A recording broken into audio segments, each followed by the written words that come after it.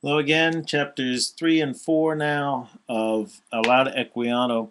Rather than moving as we did through the Zakaria text, I'd like to try to emphasize the elements that I think will be useful to you in thinking about your paper. Your paper is asking you to compare Zakaria's discussion with Equiano's discussion. And even though they're very different, I'd argue that they're very much exploring the same phenomenon, and that is a rapidly changing world in which an economic system is reshaping life for all kinds of people.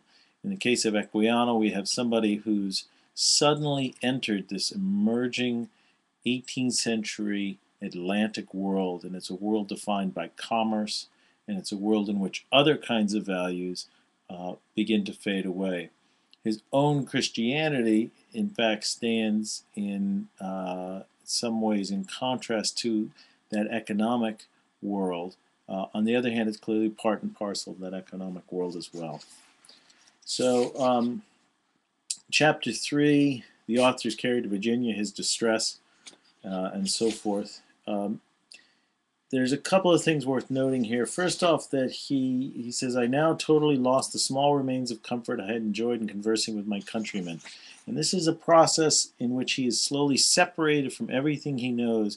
And the character of his sister is very important here because his sister is this reminder for us, as for him, of that past life, if you will. So his desire to stay with his sister, his desire to find his sister again, and so forth, is a reminder that he has been removed or ripped out of the world in which he lived. By the same token, in the second section, it seems to me the key point here is that somebody names him Gustavus Vasa, and he refuses to answer to this name. And so here we have him being completely re-identified, or a whole new identity being slapped upon him, and he resists that. The next section, he tells us about his pal, Richard Baker. This is a young white boy who befriends him. And again, it's a story of sort of love and loss. He and Baker are pals. Eventually, he loses touch with Baker, and Baker, his friend Dick, as he's described, is later killed. The next section, section 5 of this chapter, the most interesting element, again thinking in terms of identity, is the way in which he tries to become white. And he says, I therefore tried oftentimes myself, if I could not, by washing my face of the same color as my little playmate. In other words, he wants to become white there. And that's on page 43, section 5 of this chapter. The next sections, the interesting thing here is that he is aboard a British warship and they are fighting the French. And it's worth thinking about why they're fighting the French, what's going on, and also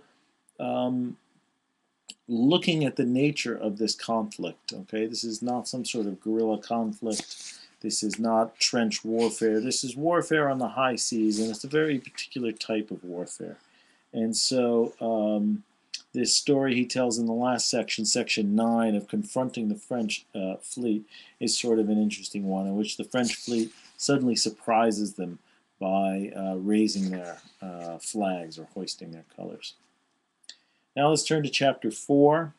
Chapter 4, the significant point here is that he becomes baptized. And as we've said, it's a three-part narrative in which baptism is the central point for the Christian narrative, and as we'll see, emancipation is the central point for the slave narrative.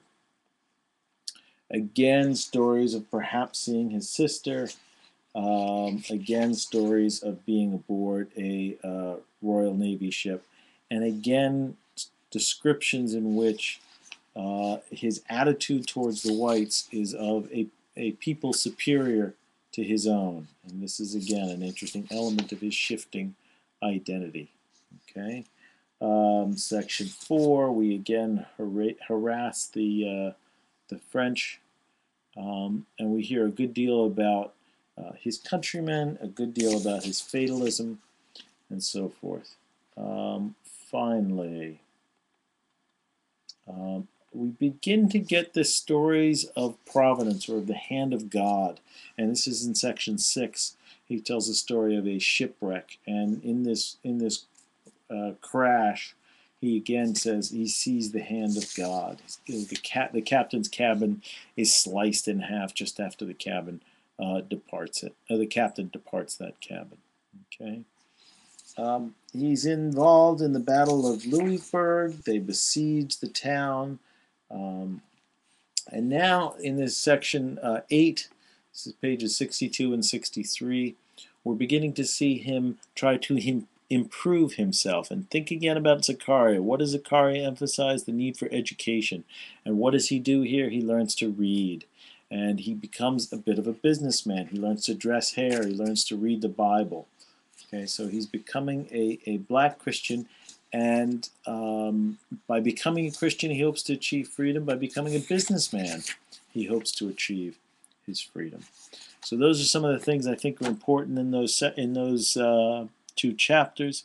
Look forward to seeing you tomorrow. Apologies, I haven't gotten this out more quickly, but there you go. Again, I hope it's helpful, and do let me know if you're watching and enjoying, or if there's anything else I can do to help you succeed. Toodaloo.